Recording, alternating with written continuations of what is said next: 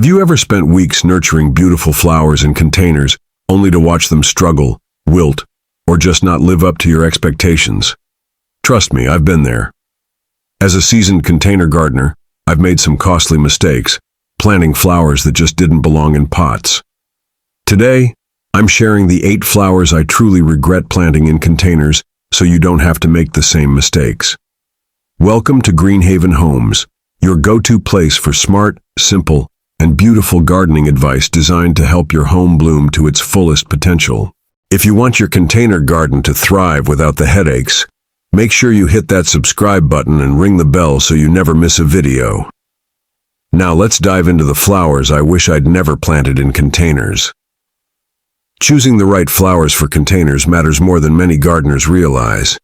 Containers have limited space for roots to grow, which means the plants need to be able to thrive in a confined environment. Unlike garden beds where roots can spread out freely, container plants rely on the size and quality of the pot to support their growth. Watering is another crucial factor. Containers dry out faster than the ground, so plants that need consistent moisture can quickly suffer if their needs aren't met. At the same time, some flowers don't tolerate sitting in waterlogged soil, so proper drainage becomes essential.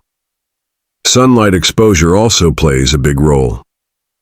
Some flowers need full sun, while others prefer shade or partial sunlight. In containers, it's easier to move plants around, but understanding their specific light requirements helps avoid wasted effort and disappointment. When you choose flowers that match the container environment, considering root space, watering needs, and sunlight, your plants will thrive with less work and fewer problems. Picking the wrong flower means dealing with wilting, root rot, pest issues, and constant maintenance. Over time, that can be discouraging and expensive. That's why it's so important to know which flowers are truly suited for containers before you plant. Knowing this up front saves you time, money, and frustration, and it helps you create a beautiful container garden that lasts. Now let's get into the first flower on my list of regrets. Hydrangeas. The first flower I regret planting in containers is the hydrangea. At first glance, hydrangeas seem like the perfect choice. Their big, colorful blooms add a lush, vibrant look to any garden. But in containers, hydrangeas quickly showed me their true colors. Hydrangeas demand a lot of water and root space to stay healthy. In a pot, the soil dries out faster than in the ground, making it a constant challenge to keep them properly hydrated. Their leaves wilt easily during hot spells, and because their roots don't have enough room to spread, the plants quickly become root-bound. This stunts their growth and dulls their beautiful blooms. Another issue is that hydrangeas are heavy feeders. They need frequent fertilizing to bloom well, which can be tricky to manage in containers without causing salt buildup in the soil. Over time, the plants become stressed, and the blooms become fewer and less vibrant. If you're set on growing hydrangeas, it's better to plant them directly in the ground or in very large containers with excellent drainage and regular care. Otherwise, consider dwarf hydrangea varieties or shade-loving plants like fuchsias that adapt better to container life. Hydrangeas taught me that even the most beautiful flower can be a poor choice if it doesn't fit the container environment. Now let's move on to the next flower that caused me trouble: sunflowers. Next on my list are sunflowers. They're bright, cheerful, and instantly bring a smile to any garden space. But when it comes to containers, sunflowers can be a real challenge. Sunflowers naturally grow tall and need deep soil to support their long roots. In a container, the limited root space restricts their growth, causing them to become weak and spindly. Pots also tend to dry out quickly, and sunflowers need consistent moisture to thrive. Without it, their stems can droop or flop over, making them look unhealthy. Because of their height and heavy flower heads, sunflowers in containers often struggle to stay upright, and they require extra support, which isn't always easy to provide in a pot. The end result is a lot of effort for a plant that doesn't reach its full potential. If you love sunflowers but want to grow them in containers, look for dwarf or patio sunflower varieties specifically bred for smaller spaces. Alternatively, Sun-loving annuals like marigolds or zinnias can brighten your containers without the headaches. Sunflowers taught me that size and root depth are critical factors when choosing container flowers. Up next is another beautiful but tricky flower, dahlias. Dahlias are next on my list. They're known for their vibrant colors and full, showy blooms that make them garden favorites. But when I tried growing dahlias in containers, I quickly realized they aren't the easiest plants to manage in pots. Dahlias need deep, well-draining soil and consistent moisture to thrive. In containers, the soil tends to dry out faster, which means more frequent watering is necessary. But overwatering can also cause problems.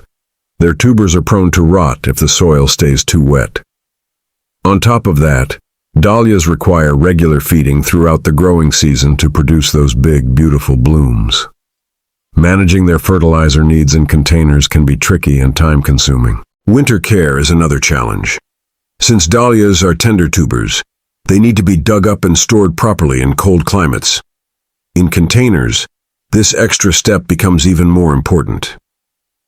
If you want to grow dahlias but prefer a lower maintenance option for containers, consider smaller tuberous begonias or hardy annuals that require less fuss.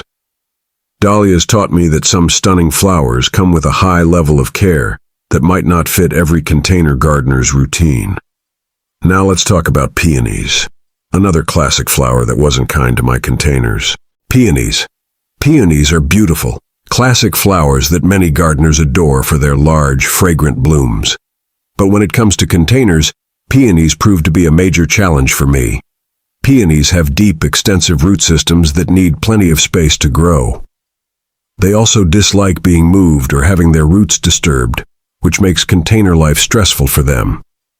In pots, their roots become cramped quickly, leading to slow growth and often poor flowering. Another issue is that peonies take time to establish. They may not bloom well for several years when grown in containers, which can be discouraging. Plus, they are prone to rot if the soil stays too wet, a common risk in pots without perfect drainage.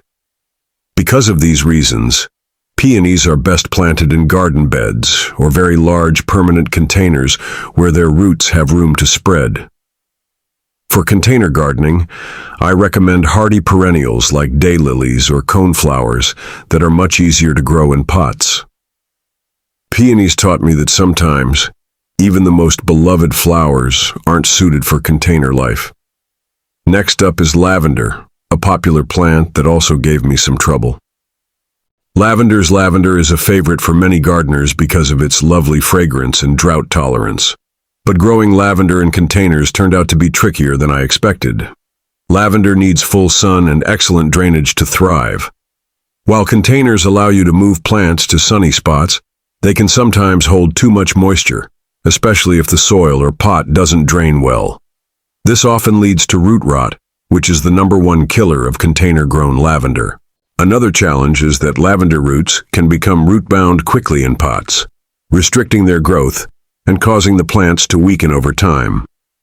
Even with regular pruning and careful watering, keeping lavender healthy in containers requires a lot of attention. If you want a drought-tolerant, fragrant plant for your containers, rosemary or succulents tend to handle those conditions better and are less prone to rot. Lavender taught me that drainage and root space are absolutely critical for container plants, especially those sensitive to moisture. Coming up next is clematis, a stunning climber that wasn't the best fit for my pots. Number 6. Clematis. Clematis is next on the list.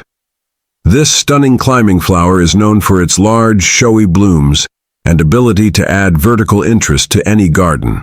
But in containers, clematis can be a real challenge. Clematis plants need deep roots and consistent moisture to thrive.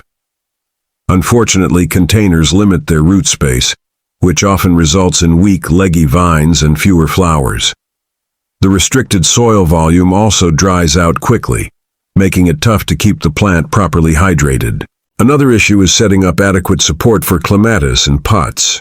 While they naturally climb trellises or fences in the garden, Providing sturdy structures in containers can be tricky and sometimes unstable.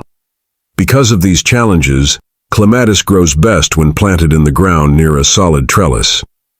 For container gardens, smaller trailing plants or compact climbers tend to be more reliable choices. Clematis taught me that some plants just need the space and stability of garden beds to really shine. Next, let's talk about gardenias, a fragrant flower that also didn't do well in my containers. Gardenias. Gardenias are well loved for their beautiful, fragrant white blooms, but growing them in containers proved to be quite difficult for me. These plants require acidic, well-drained soil and very specific watering routines to stay healthy. In containers, gardenias are sensitive to root disturbance and can easily suffer from pests and diseases if conditions aren't perfect. They often drop their leaves and produce fewer flowers when grown in pots, which was frustrating to watch after all the care I gave them. Maintaining the right humidity and soil acidity in a container is tricky, and gardenias don't forgive mistakes easily. For a fragrant, container-friendly alternative, I recommend jasmine or other shrubs that tolerate pots better and are less demanding. Gardenias taught me that even gorgeous, popular flowers can be high maintenance and challenging in containers. Now let's move on to the final flower on my list, foxgloves. As the last, foxgloves. Foxgloves are tall, elegant flowers that add a touch of grace to any garden. However, when I tried growing foxgloves in containers, I quickly realized they weren't the right fit. Foxgloves have deep root systems and are usually biennial or short-lived perennials. In pots, their roots become cramped, and the limited soil dries out too quickly, making it difficult for them to thrive. They also tend to have a shorter lifespan in containers compared to being planted in garden beds. Because of their size and root needs, foxgloves perform much better in the ground or in very large, permanent containers with ample soil. For container gardening, I suggest trying annual snapdragons or smaller perennials that are easier to manage. Foxgloves reminded me that understanding a plant's natural growth habits is essential when choosing flowers for containers. Now that we've covered all 8 flowers I regret planting, let's take a moment to review the key lessons. Let's recap the 8 flowers I've shared that I regret planting in containers. Each of these plants taught me important lessons about what it takes to succeed with container gardening. Hydrangeas need lots of water and root space, but often struggle in pots. Sunflowers grow tall and need deep soil, which containers can't always provide. Dahlias require consistent moisture and careful feeding, making them high maintenance for containers. Peonies have extensive roots and dislike being confined, so they rarely thrive in pots. Lavender demands excellent drainage and can suffer from root rot if conditions aren't perfect. Clematis needs deep roots and sturdy support, which is hard to achieve in containers. Gardenias are sensitive plants requiring specific care that's difficult to maintain in pots. Foxgloves have deep roots and short lifespans in containers, making them better suited for garden beds. The common thread is this: container plants need to match the unique conditions of pots. Limited root space, faster drying soil, proper drainage, and sometimes extra care. Choosing plants that naturally fit these conditions means less frustration, healthier plants, and more beautiful blooms. Before you pick your next container flowers, consider their size, root depth, water needs, and sunlight requirements. Opt for dwarf or compact varieties when possible, use well-draining soil, and pick containers that give roots enough room to grow. Have you had any flowers in containers that didn't work out? Share your experiences in the comments. I'd love to hear your stories. If this video helped you avoid costly mistakes, please give it a thumbs up. Don't forget to subscribe and hit the bell so you never miss a gardening tip from Greenhaven Homes. For more advice on the best flowers to grow in containers, check out our playlist linked right here. Thanks for watching, and happy gardening.